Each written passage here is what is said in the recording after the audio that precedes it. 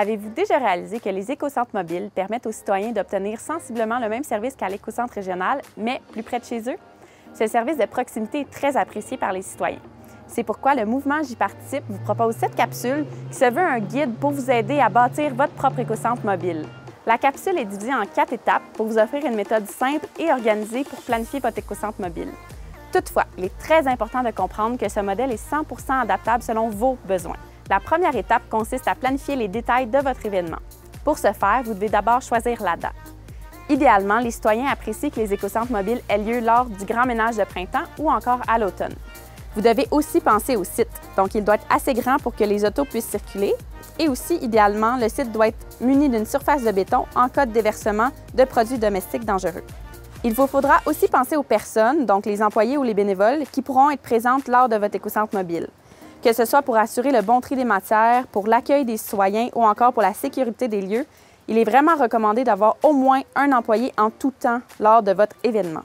La deuxième étape consiste à choisir les matières que vous allez accepter à votre écocentre mobile. Vous pourriez décider d'accepter toutes les mêmes matières qu'à l'écocentre régional, comme vous pourriez décider d'accepter seulement certaines matières pour des raisons de logistique. Voici donc les matières acceptées à l'écocentre. Les résidus domestiques dangereux, ou les RDD, comme par exemple la peinture, les huiles, les batteries de véhicules, les piles, les ampoules fluocompactes. Ensuite, les électroniques de tout genre, les résidus verts, les pneus sans jantes, les textiles, les matériaux de construction, rénovation et démolition, qu'on peut appeler les CRD, les agrégats, les métaux, les styromousses, les tubulures d'érablière ainsi que les sièges d'auto pour enfants. Une fois la date et les matières acceptées choisies, communiquez avec la MRC pour évaluer les différentes possibilités. Assurez-vous de partager l'événement dans vos médias pour que les gens viennent en grand nombre. Pour assurer le recyclage ou la valorisation des matières reçues, il est primordial de bien trier ce que vous recevez. La troisième étape consiste donc à planifier les conteneurs dont vous aurez besoin pour votre écocentre mobile. Bien qu'il puisse être dispendieux d'avoir un conteneur par matière, il est fortement déconseillé de mettre toutes les matières dans un seul et même conteneur. Selon les quantités reçues, les matériaux comme les résidus verts, les pneus, les électroniques, le bois, le métal et les agrégats doivent être séparés dans différents conteneurs. Au besoin, le bois et le métal ou le bois et les agrégats peuvent être mis dans un seul conteneur.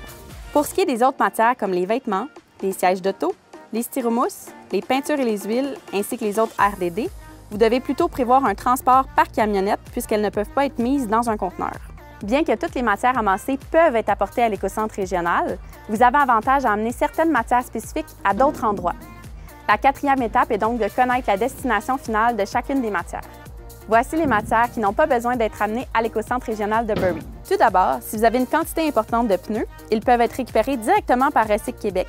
Il suffit simplement de remplir un formulaire en ligne et le tour est joué. Ensuite, pour une grande quantité de styromousse, vous pouvez les apporter directement chez Soprema à Sherbrooke.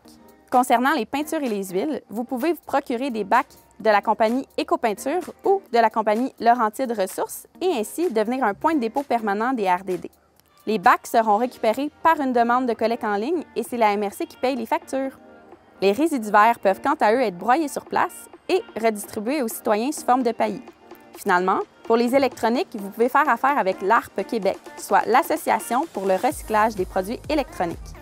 En les informant d'avance de la tenue de votre écocentre mobile, ils vont pouvoir vous fournir de grandes boîtes qui seront ensuite récupérées et on vous encourage à utiliser cette méthode puisqu'elle vous permettra d'obtenir quelques sous pour la quantité d'électronique amassée. Finalement, la MRC vous invite à contacter son coordonnateur en environnement à toute étape du processus au besoin. Les écocentres mobiles sont des événements soutenus par la MRC.